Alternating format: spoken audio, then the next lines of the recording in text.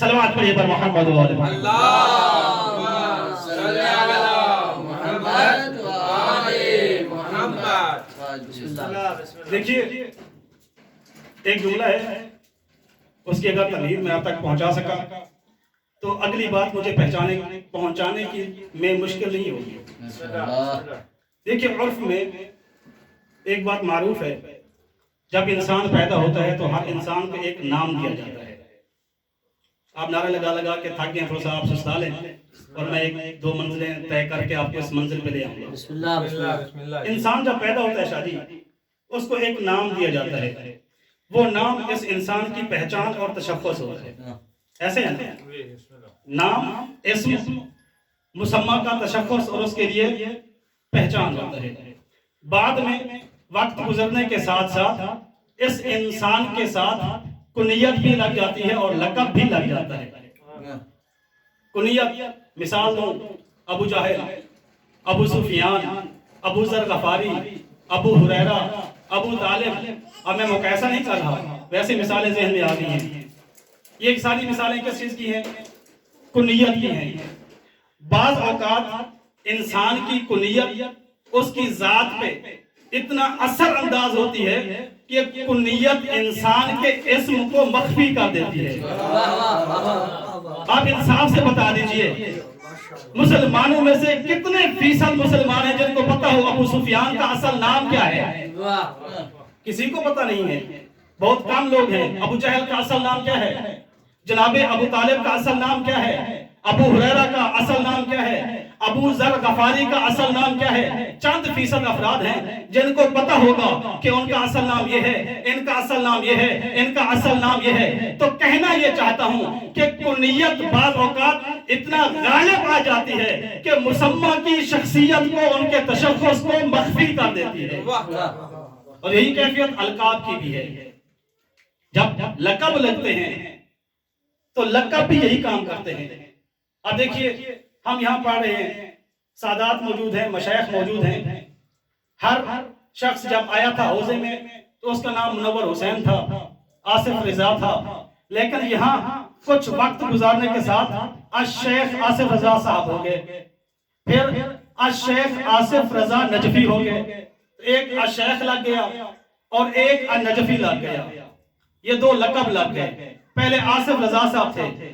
آصف رضا یہ جو دو لفظوں کا مجموعہ تھا، اس میں اتنی تاثیر نہیں تھی، لیکن جب شیخ اور نجفی لگا تو تاثیر میں اضافہ ہو گیا۔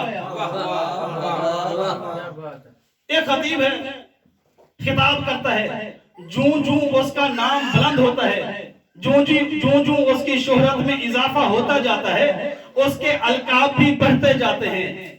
مولانا سے علامہ ہو گیا، علامہ سے شعلہ بیان، وکیل عالم محمد، مدافع اہل بیت، وکیل جناب زہرا سلام اللہ علیہ، بحر المصائب، اس طرح کے القاب ملتے ہیں۔ تو جن کے القاب زیادہ ہوتے ہیں، عوام میں ان کی عظمت بھی زیادہ ہوتی ہے۔ ایک نام تھا، پھر لقب آ گئے، تو پتہ چلا القاب بھی انسان کی شخصیت میں اثر انداز ہوتے ہیں۔ جو لقب بڑھتا جاتا ہے، انسان کی شخصیت نکھرتی جاتی ہے۔ تائید کرتے ہیں نا؟ جو القاب بڑھتے جاتے ہیں، انسان کی شخصیت میں نکھار پیدا ہوتا رہتا ہے۔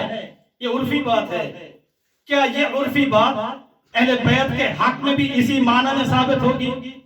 کیونکہ اگر ہم معصومین کے القاب کو دیکھیں، حضرت محمد مصطفیٰ کے القاب 10 سے زیادہ، امیر کائنات کے القاب دیکھیں 10 سے زیادہ، جناب سیدہ کے القاب کو دیکھیں 10 سے زیادہ، سرور کائنات کے القاب ہیں البشیر، النذیر، المبشر، رحمت للعالمین، شفیع المذنبین، سید الانبیاء، تاج الرسل، یہ القاب ہیں جو کہ 10 سے زیادہ ہیں۔ اسی طرح امیر کائنات کے القاب ہیں امیر المؤمنین، امام المتقین، ید اللہ، عین اللہ، قدرت اللہ، لسان اللہ، اسد اللہ، اسد اللہ غالب علی کل غالب۔ یہاں پہ آپ کو تھوڑا سا بیدار کرنا ہے کیونکہ نتیجہ دینے کے قریب پہنچ گیا ہوں۔ القاب ہیں، اسی طرح القاب ہیں جناب سیدہ کے الصدیقہ، الکبریٰ، المبارکہ، الزکیہ، الرازیہ، المرضیہ، العذراء، البتول۔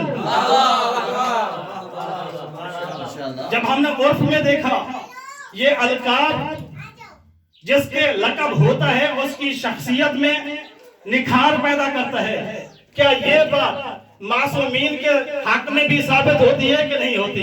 بس یہی نکتہ اگر آپ تک پہنچا سکا تو آپ کی دعا لے کے سید کو موقع دوں گا انشاءاللہ۔ کیا جس طرح عرف میں کسی شخص کے ساتھ کوئی لقب لگتا ہے تو اس کی شخصیت میں نکھار پیدا کرتا ہے، کیا یہ بات اہل بیت علیہ السلام کے حق میں اسی معنی میں ثابت ہے یا کوئی اور معنی بنتا ہے؟ میں نے عرض کی کہ جو ہی انسان کے نام کے ساتھ ساتھ جتنے لقب بڑھتے جاتے ہیں اس کی شخصیت میں نکھار پیدا ہوتا جاتا ہے، اس کی شخصیت نکھرتی جاتی ہے۔ لیکن اہل بیت کے حق میں توجہ میری طرف کیجئے گا، توجہ میری طرف کیجئے گا، آخری جملہ کہہ رہا ہوں، آپ تک پیغام پہنچانا ہے، اپنی عقیدت کا اظہار کرنا ہے، توجہ میری طرف کیجئے گا۔ میں نے کہا جب بھی کسی انسان کے ساتھ القاب بڑھتے جاتے ہیں اس کی شخصیت میں نکھار آتا جاتا ہے۔ کیا اہل بیت میں بھی ایسا ہے؟ نہیں میرے دوستو، اہل بیت کے حق میں ایسا نہیں ہے۔ آپ انسان کے نام کے ساتھ لقب آتا ہے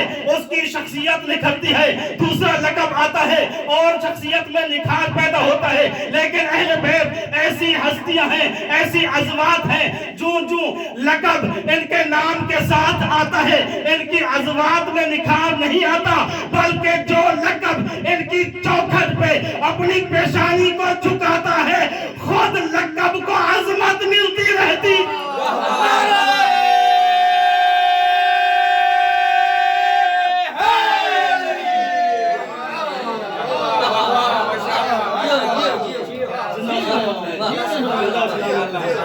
مولا آپ کو آباد و شاد رکھے۔